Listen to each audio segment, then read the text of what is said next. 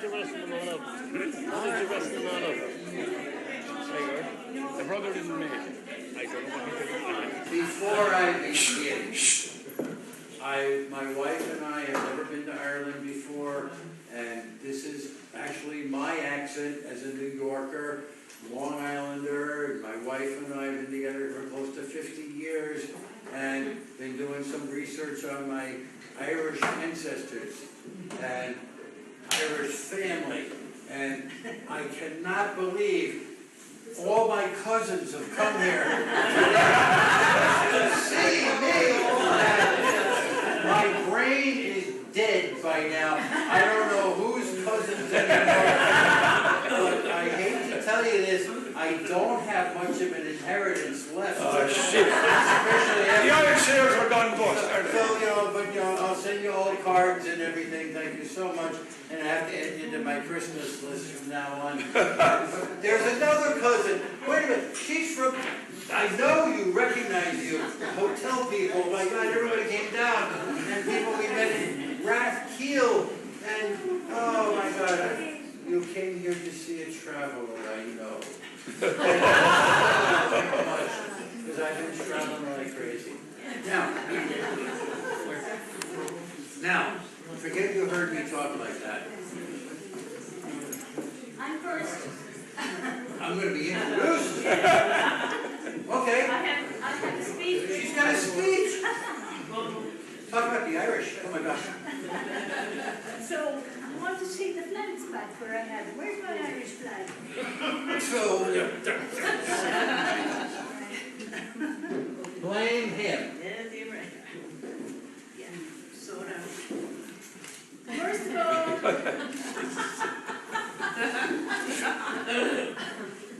Adina Ushla, Fáilte Rib Cocha Aine an Seo Enocht, which means, ladies and gentlemen, you are all very welcome to the People's Museum of Limerick tonight to welcome Robert Alvey's first presentation of his Mark Twain evening in Ireland.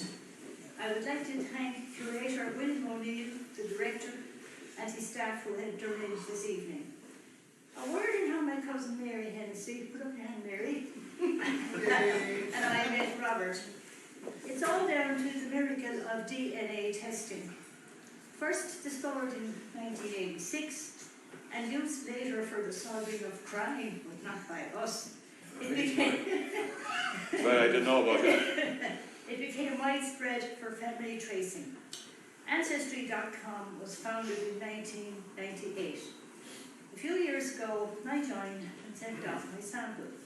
So did many people in the United States. Some weeks later, we found our cousin, Robert's grandmother and our grandmother were sisters. I knew our granny, Mary Ann Casey, who was born in Rathkeel in 1875 and lived to be 96. We remember her well, a very kind lady. She had two sisters, Aileen and Kathleen, who immigrated to the United States. I often wondered what happened to them there. So we didn't know. But we were delighted to discover that Aileen is Robert's grandmother. And Who stayed an Irish citizen her entire life. Here, and we've been emailing each other for the last few years, Mary, Robert and I. At last, we welcomed Robert and his wife Susie to on their very first visit to Ireland. When I asked him to put on his Mark Twain event, he agreed.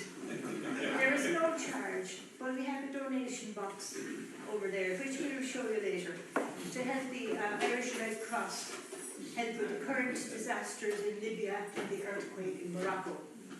Whole cities destroyed and thousands died. So Ireland, we are ready as Irish to do our bit to help them also. And now, may I welcome Mr. Robert Alvey and his wife Susie to Limerick's Museum tonight. Enjoy the show.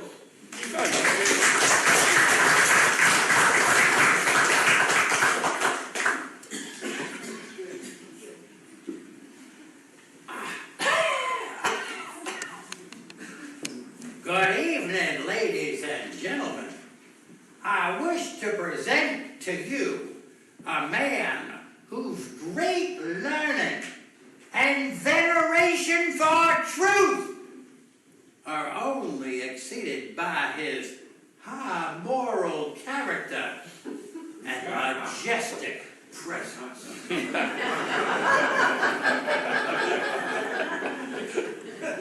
I refers in those vague and general terms to myself.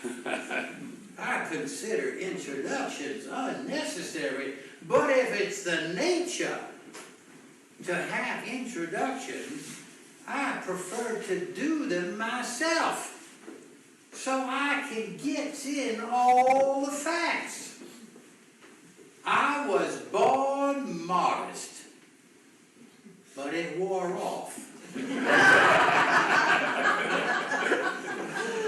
I was once presented to an audience by a lawyer who kept his hands in his own pockets and introduced me as Mark Twain, a humorist who was really funny. I was so impressed. A rare creature indeed, while I was struck speechless by this complimentary thunderbolt. I scarcely in my life had heard a string of accolades and compliments so beautifully phrased or so well deserved. But I observed we had a much rarer creature in the audience in our midst than a humorist who was really funny. We had a lawyer who kept his hands in his own pockets. Lawyers and congressmen have a well-earned reputation for being able to talk excessively with all sorts of flowery language and certainties and a spew of outlandish facts that have no factual basis, and opinions that they assure us are ours and everybody's, whether we agree with them or not, and talk so as to not accomplish anything. If God had waited for congressmen to finish speaking before he proclaimed, "Let there be light," we'd all still be in the dark. Oh, but I do like compliments. We all do. Humorists, burglars, congressmen, all of us in the trade. The plan of the newspapers is good. If you can't get a compliment from any other way, pay yourself one. I do that often. I can do that right now. I can state there are two people who are most remarkable. Rudyard Kipling is one, and I am the other. Kipling knows everything there is to know, covering all knowledge of all things. And I know the rest. The truth of the matter is it is better to keep your mouth shut and let people think you is stupid than to open your mouth and give them proof. I am extremely intelligent. She doesn't believe me. I'll prove it. As you know, the intelligence scale is actually a curve. My intelligence goes all the way to the top of the curve and then comes slowly down on the other side and pops out again at the label called idiot. That's where my distinct judgment skills originated.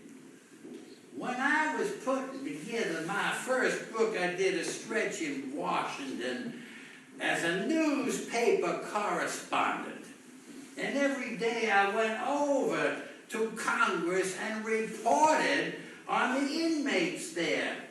It was very entertaining, and one of them got a bill passed to construct a dam where there wasn't any water.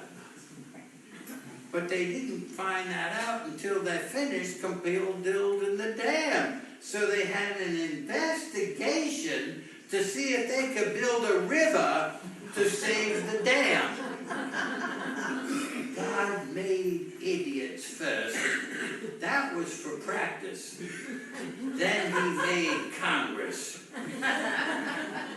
If we could learn what the human race is really like at the bottom, we only need to observe it in election times. Get your facts first. Then you can distort them at your leisure. I always wondered why God invented lawyers. Did his mind wander? The more I see of lawyers, the more I favors hanging.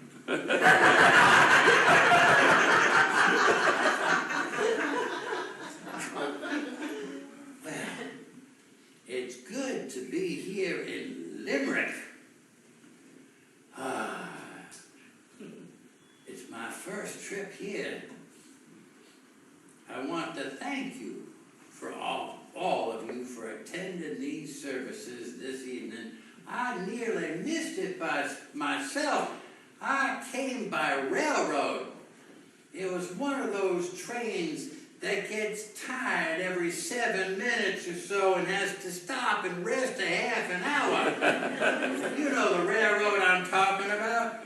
One of the passengers advised the conductor to take the cow catcher off the front of the train and put it on the end of the train. Because at the rate we're going, we're not likely to catch any cows, but there's nothing to prevent the cows from climbing up onto the train from the rear. If I has to go to heaven by railroad, I shall go the other way.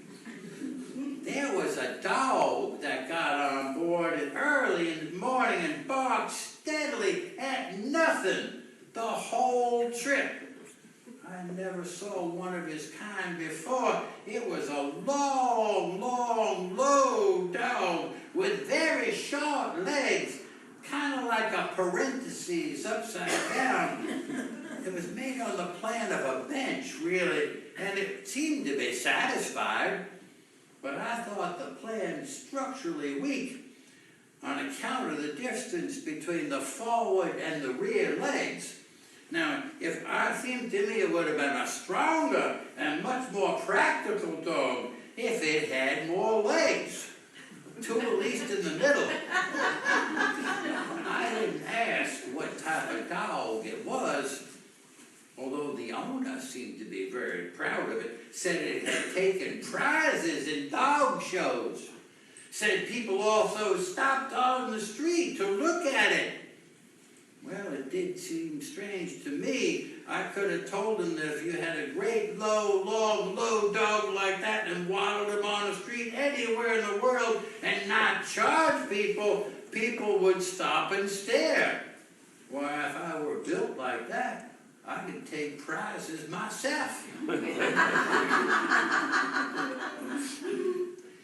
Now, as a writer and a book publisher, I certainly did not pass up the opportunity to visit the Limerick Public Library, spending a lot of time to note how many of my own works are on the shelves and how often they've been taken out for reading.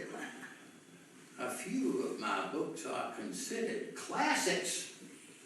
The word classic means that many people have heard of people who have read the book. Or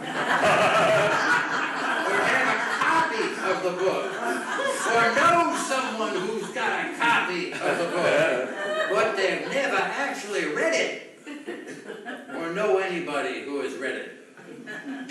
definition of classic actually must mean I'll get around to it someday. It's a book which people praise and figure someone else read so they doesn't have to. I did happen to notice a copy of my classic book, Tom Sawyer, on the shelves, as well as a copy of The Adventures of Huckleberry Finn. They were dusty, but I was pleased. Huck Finn has helped me make a tiny bit of money during my life. Some libraries have banned it, burned it publicly. The moral crusaders in these towns in the U.S. publicly proclaim the book to be scandalous, controversial, racist, irreverent, lewd, and not fit for children. Whenever I hears that, I print up another 25,000 copies. And it usually sells out in a week. I'm keeping you awake. I'll try not to do that too often. It's a time like here between here and Florida where my wife and I are from, but that's okay. I did find at this library a couple of copies of a children's popular book, Harry Potter and the Prisoner of Azkaban. Oh, while this book may not be considered a classic 100 years from now, it sure seems to have been read a lot. I've decided it's time for me to get my act together and write a brand new book. But having learned that when an author can make more money when he writes a series of books using the same characters. So I'm still working on the name of my new book. The working title I have right now is The Further Adventures of Tom Sawyer with Harry Potter on Star Trek with James Bond. Oh, you all want to take orders from her on that one. I remember growing up, that was a long time ago. I didn't have much white hair in those days. It didn't rain so much in the summer then. The sunsets were redder. There were more old people. The world was full of them. Now it's full of young people. Funny, you'd expect it to be the other way around. To put human life simply, birth is simply the beginning. Life is merely the journey, and death is the final destination of us all. We all share that equally, and yet there is not one person amongst us who at one time or another has wanted to help another person take the shortcut on their journey and get them to their final destination as quickly as possible. The gods offer no rewards for intellect. There never was one god yet who showed any interest in it. To be good is to be noble. But to show others how to be good is noble and no trouble. However, be good